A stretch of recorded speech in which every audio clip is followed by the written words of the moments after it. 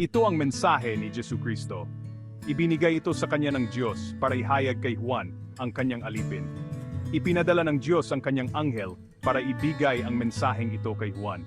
Ang layunin ng pahayag na ito ay para ipakita sa mga alipin ng Diyos ang mga bagay na malapit nang mangyari. Nakita ni Juan ang lahat ng ito at pinatotohanan niya na totoo ang lahat ng nakita niya.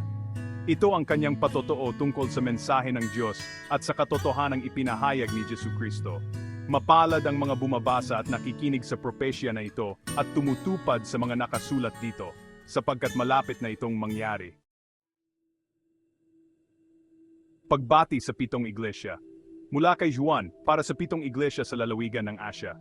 Naway sumainyo ang kagandahang loob at kapayapaan mula sa Diyos na siyang nakaraan, kasalukuyan, at darating, mula sa 7 espiritong nasa harap ng kanyang trono, at mula kay Jesucristo. Si Jesucristo ang tapat na saksi, ang panganay sa mga binuhay mula sa kamatayan, at ang pinuno ng mga hari sa mundo. Iniibig niya tayo, at sa pamamagitan ng kanyang dugo, ay pinalaya niya tayo sa ating mga kasalanan. Ginawa niya tayong isang kaharian ng mga pari upang maglingkod sa kanyang Diyos at Ama. Kay Jesucristo ang kaluwalhatian at kapangyarihan magpakailanman. Amen. Tingnan ninyo, siya ay darating na nasa mga alapa at patikita siya ng lahat, pati mga tumusok sa kanya. Tatangis ang lahat ng tao sa mundo dahil sa kanya. Magkagayon nawa. Amen. Ako ang Alpha at ang Omega. Sabi ng Panginoong Diyos na mapangyarihan sa lahat, ang kasalukuyan, nakaraan, at darating.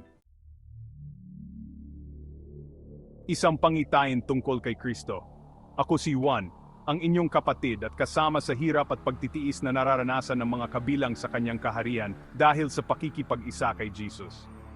Ako'y nasa isla ng Patmos noon dahil ipinangaral ko ang salita ng Diyos at nagpatoo ako para kay Jesus. Araw ng Panginoon noon, at habang nasa ilalim ako ng kapangyarihan ng Espiritu, narinig ko mula sa aking likuran ang isang malakas na tinig na parang tunog ng trompeta. Sabi niya, isulat mo sa isang aklat ang iyong nakikita, at ipadala mo ito sa 7 iglesia sa Efeso, Esmirna, Pergamo, Tiatira, Sardis, Philadelphia at Laodicea.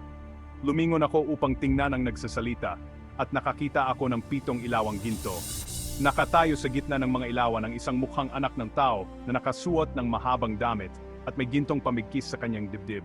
Ang kanyang ulo at buhok ay kasimputi ng balahibo ng tupa o ng niebe, at ang kanyang mga mata ay parang apoy na nagliliyab.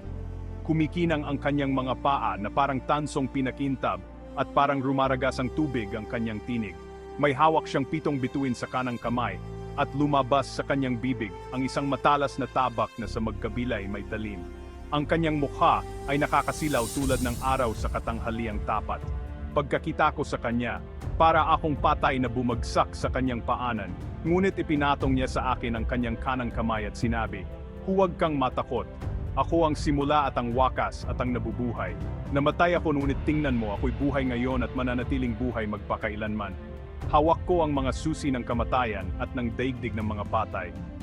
Kaya't isulat mo ang iyong nakikita, ang nangyayari ngayon at ang mangyayari pa pagkatapos nito. Tungkol naman sa hiwaga ng 7 bituing hawak ko sa aking kanang kamay at sa 7 ilawang ginto, ang 7 bituin ay ang mga anghel ng 7 iglesia, at ang 7 ilawang ginto ay ang 7 iglesia."